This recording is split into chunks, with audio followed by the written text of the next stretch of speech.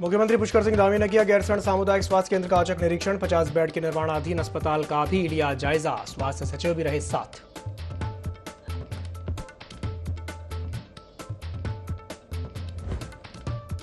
सदन में कांग्रेसी विधायकों के दुर्व्यवहार को लेकर बीजेपी कार्यकर्ताओं ने देहरादून में किया प्रदर्शन। विधायकों का किया पुतला दहन।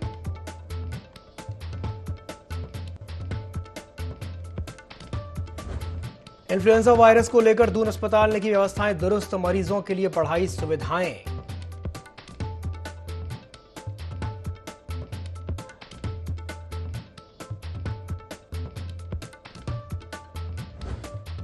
देहरादून पुलिस को मिली बड़ी सफलता। 25,000 के इनामी बदमाश को किया गिरफ्तार। 6 साल से फरार चल रहा था गैंगरेप का आरोपी। नमस्कार, देव मूवी लाइव में आप सभी का स्वागत है। मैं हूं आपके साथ दिव्यांशु जोशी। हेडलाइंस के बाद अब रुक करते हैं खबरों की ओर। उत्तराखंड में युवा महाविद्यालय में छात्रवृत्ति को लेकर के लगातार सरकार से मांग कर रहे हैं। इसी कड़ी में छात्रों ने डीएम के माध्यम से राज्यपाल को ज्ञापन सौंपा। दरअसल साल 2022 में स्कॉलरशिप न मिलने से छात्र सरकार से नाराज हैं। इसके साथ ही उन्होंने कहा कि राज्यपाल के पास कई कॉलेजों की फाइलें अटकी हुई हैं जो समाज कल्याण विभाग तक नहीं पहुंच पा रही हैं। इसी को लेकर ज्ञापन सौंपा गया है ताकि जल्द ही जिन कॉलेजों के प्रमाण पत्र रुके हुए हैं उन छात्र छात्राओं को प्रमाण पत्र मिल सकें।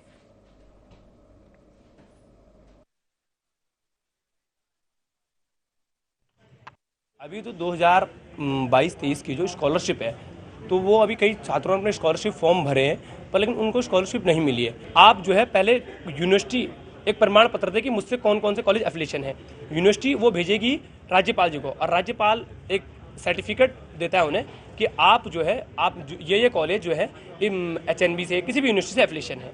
तो कई ऐसे कॉलेजों की फाइलें अभी भी राज्यपाल महोदय के पास हैं जिनके कारण वहाँ पे जो है समाज कल्याण अधिकारी तक वो फाइलें नहीं पहुँची हैं। इसी कारण वहाँ पे अभी समाज कल्याण विभाग जो है कई बच्चों को भी छात्रवृत्ति नहीं दे रहा है। इसके लिए हमने आज डीएम साहब के माध्यम से राज्यपाल महोदय को ज्ञापन दिया है कि जल्दी से जल्दी जिन कॉलेजों की फाइलें हैं उन्हें प्रमाण पत्र दें। राज्य में 1 अप्रैल से गेहूं की खरीदी शुरू हो जाएगी। इसकी तैयारियां शुरू कर दी गई हैं। 25 मार्च तक गेहूं खरीदी नीति जारी हो सकती है। केंद्र सरकार ने गेहूं का समर्थन मूल्य 2,125 रुपये प्रति क्विंटल तय किया है, जो पिछली बार की तुलना में 110 रुपये प्रति क्विंटल ज्यादा है।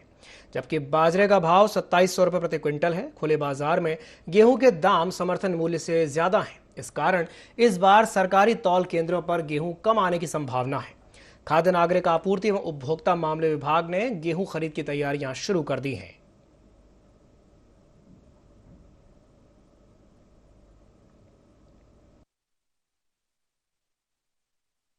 गेहूं खराई स्टार्ट हो जाएगी। उत्तराखंड सरकार के द्वारा जो है इस संबंध में दिशा निर्देश जारी किए जा चुके हैं। इसमें हमारी तैयारी चल रही है। अभी 18 तारीख को इस संबंध में एक बैठक बुला रखी जिसमें सारे एसएमओस और जो क्रय एजेंसियाँ हैं उनको बुलाया है और 25 मार्च तक हमको इसमें मीटिंग करके जो भी हमारी तैयारियां हैं वो पूरी करनी है और जो भी सरकार इसके एमएसपी निर्धारित करेगी उस दरों पे हम लोग खरीदेंगे। और कहीं अच्छे दर मिल रहे हैं तो दूसरी जगह जाने के लिए भी वो उनका मंच खुला है, वो कहीं पे जाके अपना जसपुर में एसएसपी के खिलाफ विशेषाधिकार हनन के मामले में एक नया मोड़ आ गया है। उधम सिंह नगर जनपद के एसएसपी के खिलाफ लाए विशेषाधिकार हनन के मामले में सदन में विधानसभा अध्यक्ष ने फिर से जांच के निर्देश दे दिए। इसे लेकर कांग्रेस विधायक आदेश चौहान से खास बातचीत की हमारे संवाददाता आकाश गौड़ ने। जसपुर से विधायक आदेश चौहान के विशेषाधिकार मामले में लगातार अब नया मोड़ आ रहा है और आज जिस तरीके से उन्होंने सदन के अंदर साक्ष्य दिए हैं उसके बाद विधानसभा अध्यक्ष ने कड़ी कार्रवाई के और जांच के निर्देश दिए हैं। इस पर बातचीत करने के लिए मौजूद हैं। सर, जिस तरीके से विशेषाधिकार आप पहले भी लेकर आए थे उसके बाद उसको स्थगित कर दिया, आज आपने नए तथ्य दिए हैं, क्या कुछ इस पर तथ्य मिला? आज विशेषाधिकार हनन कायदे में सदन का किया है, विधायक का नहीं, लेकिन मैं इसलिए लाया क्योंकि मेरे पास इसके साक्षी हैं। मैंने 29 नवंबर 22 को विशेषाधिकार हनन लाया था पुलिस एसएसपी के खिलाफ। उसी की जांच माननीय अध्यक्ष महोदय ने कराई और उस जांच की जो निर्णय आया और निर्णय को उन्होंने जो सुनाया तो उसमें 2 तथ्य जो उन्होंने गलत पेश किए उसी को मैंने आज पेश किया। उन्होंने एक तो कहा कि मैं 6 साल से गनर विधायक के पास है और उस विधायक को उसी गनर को ये चाहते हैं, जबकि मैंने ये कहा कि भाई वो गनर पहली बात तो 6 महीने से मेरे पास अगस्त से गनर नहीं, तो जब आपने 6 महीने पहले उसे वापस बुला लिया तो 5.5 साल होते, 6 साल मेरा पूरा कार्यकाल नहीं हो रहा। उसके बीच में मेरे पास 5 गनर और रहे हैं, उन गनरों का कार्यकाल निकालिए। तो एक तथ्य तो उन्होंने जो है सदन को ये झूठ अवगत कराया। दूसरा उन्होंने एक क्या किया कि एक जो अभियोग जो मेरे ऊपर 313 और 20-22 जो मेरे विरुद्ध 323 और 5005-6 में 11-12 को इन्होंने आरोप पत्र दाखिल किया, कह रहे हैं कि माननीय न्यायालय में प्रेषित किया जा चुका है, तथा वर्तमान में दोनों अभियोग वर्तमान में माननीय न्यायालय में विचाराधीन है। तो मैंने कोर्ट से न्यायालय में शपथ पत्र देकर वकील के द्वारा मंगवाया कि क्या मेरे पास कोई अभियोग दर्ज है, तो उन्होंने ये दिया कि जी नहीं। तो आज तारीख तक अभी दर्ज नहीं है, और वो कह रहे हैं क्योंकि इन्होंने जो ये दी होगी तो सप्ताह या 15 दिन पहले दी होगी, तो इतने दिन पहले उन्होंने कह दिया कि न्यायालय में विचाराधीन, तो वो सदन को गुमराह कर रहे हैं। यही बात मैंने अध्यक्ष जी से कहा, और अध्यक्ष जी को मैं साधुवाद दूंगा, उन्होंने संज्ञान लिया और उन्होंने जांच कराकर कार्रवाई का आश्वासन दिया। तो क्या मानते हैं कि अधिकारियों ने गुमराह करने की कोशिश की? मैं जो पहले ही कह रहा हूँ कि उत्तराखंड की सरकार नाम की चीज नहीं, अधिकारी चला रहे हैं। जो अधिकारी पढ़ा देते हैं वो हमारे मंत्री और जो नेता मान लेते हैं। मैं यही कहना चाहता हूँ कि सत्यता पर जाइए। जनता की समस्याओं को जितना विधायक समझ सकता है इतना कोई नहीं समझ सकता। मेरी मांग है कि वो जो एसएसपी है वो पहले दिन से झूठ पे झूठ बोलता जा रहा है, और आज पहले मौखिक था, आज प्रमाण है इस बात का। देखिए, पहली बात तो उसने, जब मैंने उसको तहरीर दी तो उसने मेरी 8 दिन रिपोर्ट दर्ज नहीं करी। मुख्यमंत्री के आदेश पर वो रिपोर्ट दर्ज होती है। इसका मतलब जब रिपोर्ट दर्ज हो गई तो तुमने आरोप पत्र दाखिल कर दिया। आरोप पत्र अगर तुम कह रहे हो दाखिल बना दिया तो इसका मतलब वो मामला सही था। अगर मामला सही था तो तुमने 8 दिन रिपोर्ट दर्ज करने में क्यों लगाई? तो ये मैं कहना चाहता हूँ कि जो इस तरह के अधिकारी, हठधर्मी अधिकारी, ऐसों के खिलाफ कार्रवाई होनी ही चाहिए। तो जो आज फैसला लिया गया उसका संतुष्ट? हाँ, जो अध्यक्ष ने तो सबके सामने पीठ ने कहा है, और मैं क्योंकि पीठ को भी, ये पीठ का भी एक तरह से मतलब गुमराह किया पीठ को भी, कि जो चीज नहीं है वो उन्होंने पेश की। तो पीठ ने भी जो निर्णय लिया है वो तो स्वागत योग्य है। तो ये थे विधायक आदेश चौहान, जिनके तौर पर कहना है कि जो आज पीठ ने निर्णय लिया है वो स्वागत योग्य है, और ऐसे में अब जांच के बाद क्या कुछ रिपोर्ट आती है वो देखने वाली बात होगी। अपने सहयोगी हरीश भट्ट के साथ मैं आकाश गौड़, i24 गैरसैंण।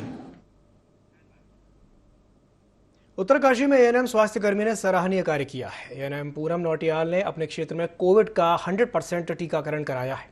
पूनम नौटियाल की इस उपलब्धि के लिए प्रधानमंत्री मोदी ने भी उनकी तारीफ की है, और मन की बात कार्यक्रम में पीएम मोदी ने पूनम नौटियाल से बात की। इसी को लेकर के i24 के संवाददाता दीपक नौटियाल ने पूनम नौटियाल से खास बातचीत की।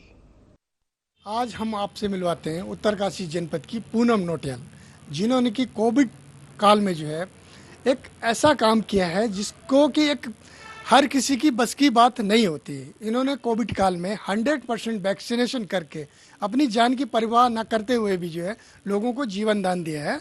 और आज हम मिलवा रहे हैं आपसे पूनम नौटियाल से। पूनम जी, आपने जो है कोविड वैक्सीनेशन काल में जो है बहुत बड़ा काम किया, और प्रधानमंत्री नरेंद्र मोदी ने भी स्पेशली आपका नाम लिया। क्या कहना है आपका, और कैसे आपकी उस समय स्थिति थी जो आपने इतना बड़ा काम करके दिखाया? नमस्कार सभी लोगों को। मैं पूनम नौटियाल हूँ और मैं एक एएनएम हूँ। मैंने कोविड काल में अच्छा कार्य किया, वो भी मतलब जो मेरे सहपाठी थे और जो गांव के लोग थे उन्होंने मुझे बहुत प्यार दिया, बहुत सपोर्ट किया। और जब मैं क्षेत्र में जाती थी तो लोग पहले मना करते थे कि नहीं, हमें नहीं लगवाना है, इस टीके से पता नहीं क्या हो जाएगा। और फिर मैं उनको अपना उदाहरण देती, जो हमारे साथ वाले थे उनको उदाहरण देती कि हम लोग सभी लोग स्वस्थ हैं और आपके सामने हैं, आपको भी टीका लगवाना चाहिए। तो कुछ लोग तो मान जाते थे और कुछ लोग फिर भी मना करते, तो उनको फिर जैसे ग्राम प्रधान हो गई, आंगनवाड़ियाँ हो गई, उनके माध्यम से तो मैं उनको समझाती थी, तो बाद में वो लोग भी मान जाते। फिर हम लोगों ने घर घर जाके लोगों को वैक्सीनेशन किया। और जो मन की बात में प्रधानमंत्री जी ने मेरे कार्य को सराहा है, मैं उनका बहुत बहुत धन्यवाद करना चाहती हूँ कि जब से उन्होंने मुझे मतलब अपना आशीर्वाद दिया है तो मैं उसमें से मेरा आत्मविश्वास और भी अच्छा हो गया है। और मैं मतलब जो हमारे समाज के प्रति जो हमारा कर्तव्य है उसको अच्छी तरह निभाना चाहिए, और जितना हमसे हो सके उतने समाज के लिए कार्य करना चाहिए।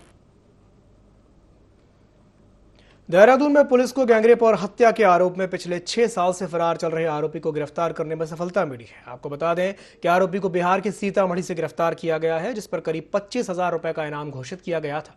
दरअसल गिरफ्तार हुए आरोपी ने एक महिला के साथ सामूहिक दुष्कर्म के बाद गला दबा करके उसकी हत्या कर दी थी और मृतका के चेहरे पर तेजाब डालकर उसकी पहचान छिपाने की भी कोशिश की थी।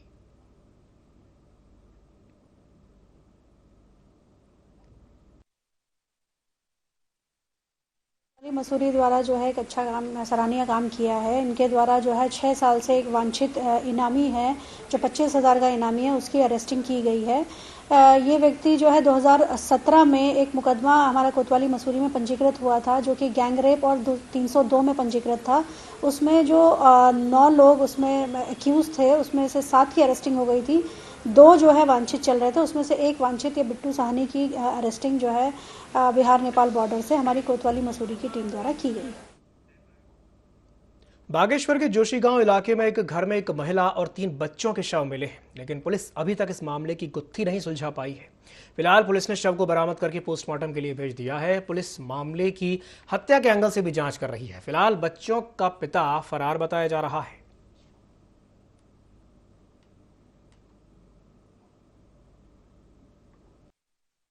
सूचना मिली थी कि किसी घर से जो है बदबू आ रही है, जोशी गांव में मंडल सेना के पास पड़ता है। तो हमारी कोतवाली की टीम वहाँ पे गई थी, तो उसमें देखा कि जो घर है वो अंदर से बंद था, तो उसका मेन दरवाज़ा हमने तोड़ा। उसके बाद फिर अंदर एक कमरा था, उसमें वो भी अंदर से बंद था, उसको हमने तोड़ा। तो उसमें 4 लोगों की हमें जो है वो लाशें मिली, जिसमें एक महिला थी और 3 जो है बच्चे थे उसमें। तो उसमें खाने पीने का सामान भी वहाँ पर हमने देखा कि थोड़ा सा बना रखा था, तो शायद हमें ऐसा लग रहा है कि शायद ये प्रथम दृष्टया सुसाइड हो सकता है। लेकिन हम किसी भी पहलू को इग्नोर ना करते हुए उसको जो है हर पहलू से हम इसकी जांच कर रहे हैं। जो भी इसमें हम पूछताछ कर रहे हैं, कुछ भी अगर सामने आएगा तो उसको उस तरीके से जो है उसमें देखा जाएगा। मुख्यमंत्री पुष्कर सिंह धामी ने गैरसैंण सामुदायिक स्वास्थ्य केंद्र की व्यवस्थाओं का जायजा लिया है। सीएम धामी ने निर्माणाधीन 50 बेड के उप जिला चिकित्सालय का भी निरीक्षण किया। देहरादून वापसी से पहले सीएम धामी ने वहां पहुंचकर के निरीक्षण किया। स्वास्थ्य सचिव, मुख्य चिकित्सा अधिकारी और जिला अधिकारी भी इस दौरान मौजूद रहे। तो गैरसैंण में सीएम धामी ने सामुदायिक स्वास्थ्य केंद्र का जायजा लिया है। सीएम ने निर्माणाधीन 50 बेड के उप जिला चिकित्सालय का निरीक्षण किया है। देहरादून वापसी से पहले सीएम धामी ने वहां पहुंच करके सामुदायिक स्वास्थ्य केंद्र का निरीक्षण किया। स्वास्थ्य सचिव, मुख्य चिकित्सा अधिकारी और जिलाधिकारी भी इस दौरान मौजूद रहे। सीएम धामी ने इस दौरान वहां पर मौजूद अधिकारियों को आवश्यक दिशा निर्देश जारी किए। व्यवस्थाओं को देखते हुए आवश्यक दिशा निर्देश सीएम धामी ने अधिकारियों को दिए हैं।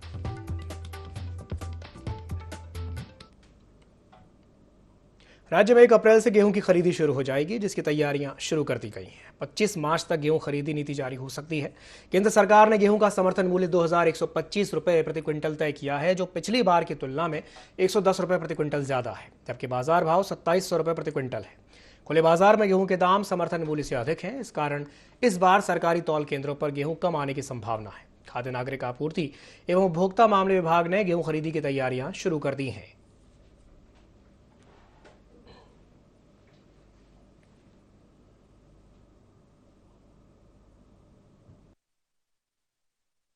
से गेहूं क्रय स्टार्ट हो जाएगी। उत्तराखंड सरकार के द्वारा जो है इस संबंध में दिशा निर्देश जारी किए जा चुके हैं।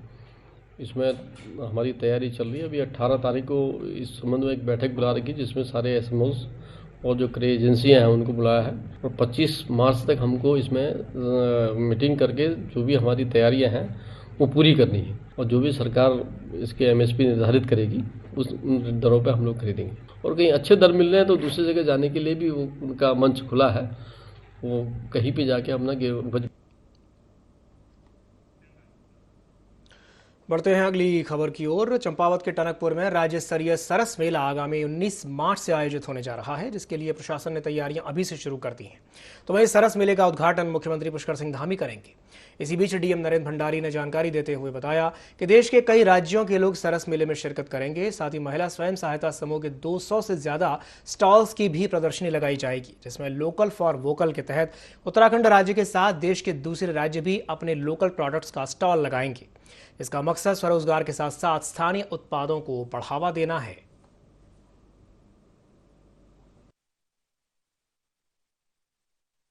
हमारा आजीविका मेला 2023 है। ये राष्ट्रीय लेवल का मेला है। इसमें गवर्नमेंट ऑफ इंडिया और गवर्नमेंट ऑफ उत्तराखंड दोनों इसको फंड कर रही हैं, और माननीय मुख्यमंत्री जी इसका उद्घाटन करेंगे 19 मार्च को सायं 4 से 5 बजे के बीच।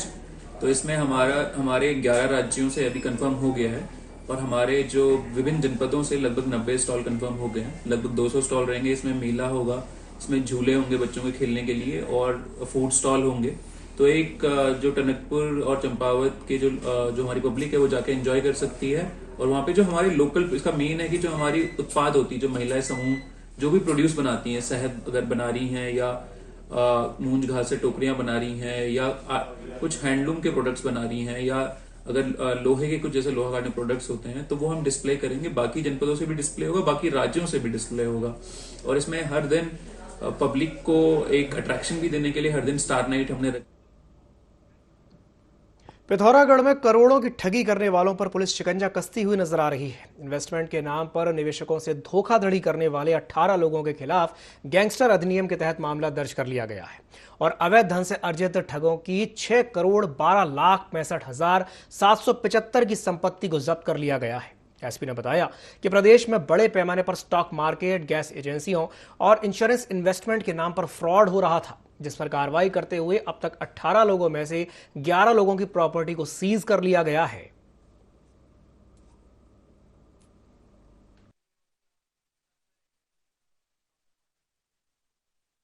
पिथौरागढ़ में जो एक बड़े पैमाने पर स्टॉक मार्केट के नाम पे फ्रॉड हुआ था, जिसमें हम लोगों ने मुकदमे पंजीकृत किए गए और साथ ही साथ गैंगस्टर एक्ट में भी इन लोगों के खिलाफ हमने मुकदमा पंजीकृत किया था। कुल 18 अभियुक्त गैंगस्टर एक्ट में हम लोगों ने आइडेंटिफाई किए थे।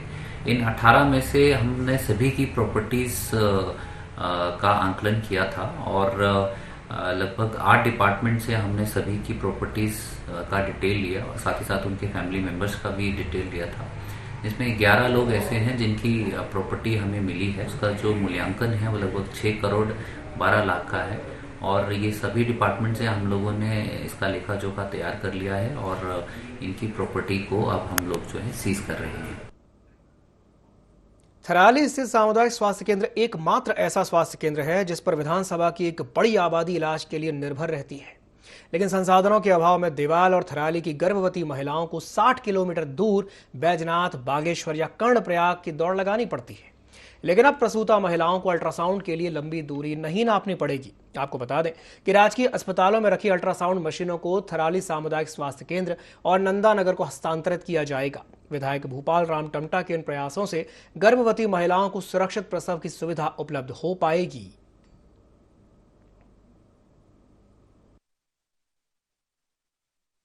निश्चित रूप से मैं जब मेरी विधानसभा क्षेत्र में मैं चुनावों के समय गया था, तब से लेकर के आज तक मैंने ये महसूस किया है बहुत लंबे समय से कि हमारे क्षेत्र में हमारी मातृशक्ति की महिलाओं के लिए, बहू बेटियों के लिए अल्ट्रासाउंड की बहुत ही असुविधा थी, जिसमें लोगों को दूर दराज जाना पड़ता था। कुछ लोग गरुड़ जाते थे, कुछ श्रीनगर, ऋषिकेश तक जाते थे और बहुत असुविधा होती थी। कभी कभार ऐसी घटनाएं घट जाती थी कि जिसको हम कह नहीं सकते हैं और ये चिंता मेरी हमेशा बनी रही। इस संबंध में मैं माननीय शिक्षा मंत्री जी का धन्यवाद करना चाहूँगा, स्वास्थ्य मंत्री जी का।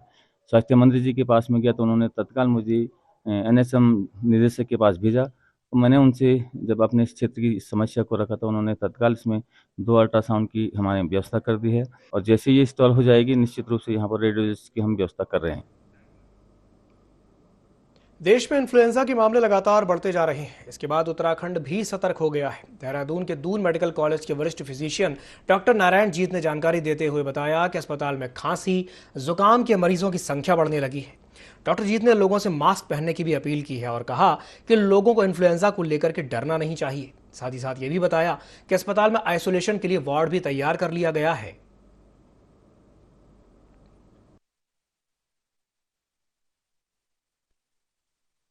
मास्क लगाने से चाहे वो कोविड या किसी भी तरीके का वायरस है, तेज़ी से नहीं फैलता है।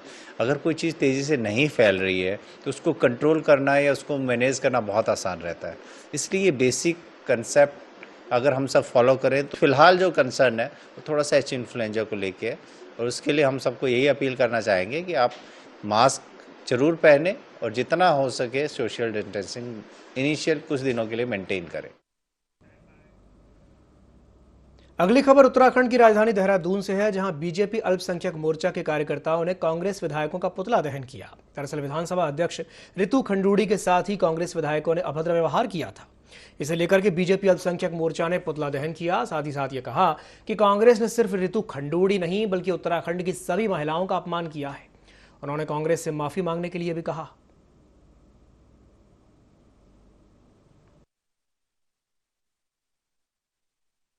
आज अल्पसंख्यक मोर्चे ने कांग्रेस के 14 विधायकों के सिर लगाकर ये पुतला कांग्रेस का फूका है और ये गुस्सा हमारी अल्पसंख्यक समाज की महिलाओं का है कि एक महिला हमारी जो विधानसभा अध्यक्ष हैं उसका अपमान कांग्रेस विधायकों के द्वारा किया गया है। और दूसरा, ये उत्तराखंड की संपूर्ण मातृशक्ति का अपमान। उत्तराखंड में महिलाओं का वर्चस्व बढ़ता जा रहा है। भारतीय जनता पार्टी जिस तरीके से महिलाओं के सशक्तिकरण, महिलाओं के सम्मान और महिलाओं की प्रत्येक जरूरत के लिए काम कर रही है, वो कांग्रेस पार्टी को हजम नहीं हो रहा है। इस उत्तराखंड की महिलाएं कदापि भी कांग्रेस की विधायकों को इस घोर अपमान के लिए माफ नहीं करें। जोशीमठ में ज्योतिर्मठ ज्योतिष पीठ की अगुवाई में भू धसाव आपदा से क्षेत्र को बचाने के लिए महायज्ञ चल रहा है, जिसका अब समापन होगा। तो वहीं ज्योतिर्मठ प्रभारी मुकुंदानंद ब्रह्मचारी ने बताया कि इस यज्ञ में हर रोज करीब 16 श्रेष्ठ ब्राह्मण यज्ञ कर रहे हैं। पूर्णाहुति देकर सहस्त्र चंडी महायज्ञ का समापन होगा।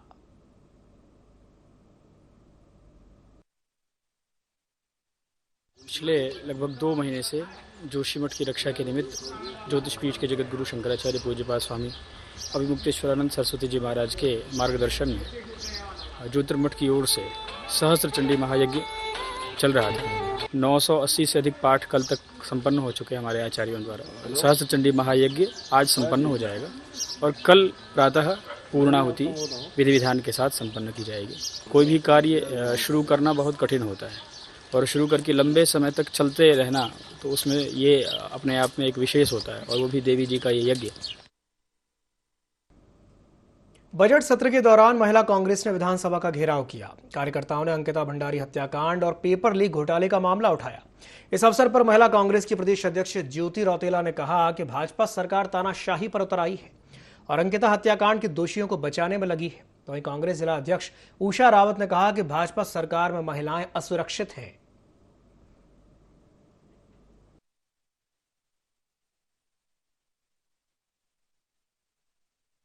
कांग्रेस के द्वारा भराड़ीसैंण गैरसैंण में जो विधानसभा का सत्र चल रहा है, जो हमारे अंकिता भंडारी जो कि एक बहुत गरीब परिवार की लड़की थी और वो नौकरी के लिए बाहर गई थी, और जिस तरह से उस लड़की की हत्या की गई है, तो आज पूरा उत्तराखंड जो हमारी देवभूमि है बहुत अपने को शर्मिंदा महसूस कर रही है। और इस समय महिला कांग्रेस ने ये निश्चय किया है कि अंकिता भंडारी को जब तक न्याय नहीं मिलेगा, जो वीआईपी है अगर उसका नाम उजागर नहीं किया जाएगा, तब तक महिला कांग्रेस हो चाहे उत्तराखंड की जितनी भी महिलाएं हैं, आंदोलनकारी महिलाएं आंदोलनरत रहेगी। अंकिता भंडारी का जो हत्या हुआ है वो है क्योंकि अभी तक उस केस को में कुछ भी नहीं हुआ है। जो चार्जशीट मैंने पढ़ी है वो बहुत हल्की बनाई गई है, यानी कातिलों को बचाने की कोशिश की गई है। परिवार को मुख्यमंत्री जी ने उनके घर जाके एक वादा किया था कि इस केस को फास्ट ट्रैक कोर्ट में चलाएंगे। सबसे पहले तो सरकार को इसमें सीबीआई की जांच तुरंत करनी चाहिए थी। उत्तराखंड के पूर्णागिरि धाम में 9 मार्च से वार्षिक मेले का आयोजन चल रहा है। भारी संख्या में श्रद्धालु माता पूर्णागिरि के दर्शन करने पहुंच रहे हैं। मेला कमेटी और स्थानीय प्रशासन ने श्रद्धालुओं के लिए पर्याप्त सुविधाओं की भी व्यवस्था की है। तो वहीं मेले में पहुंच रहे तीर्थयात्री भी व्यवस्थाओं से संतुष्ट नजर आ रहे हैं। उप जिलाधिकारी सुंदर सिंह ने बताया कि श्रद्धालुओं की सुविधा को देखने के लिए पर्याप्त व्यवस्थाएं की गई हैं। मेला क्षेत्र को 6 जोन में बांटा गया है, जिनका ध्यान रखने के लिए 6 सेक्टर मजिस्ट्रेट नियुक्त किए गए हैं। साथ ही साथ ये भी बताया कि शारदा घाट पर आने वाले श्रद्धालुओं के लिए भी व्यवस्थाएं की गई हैं।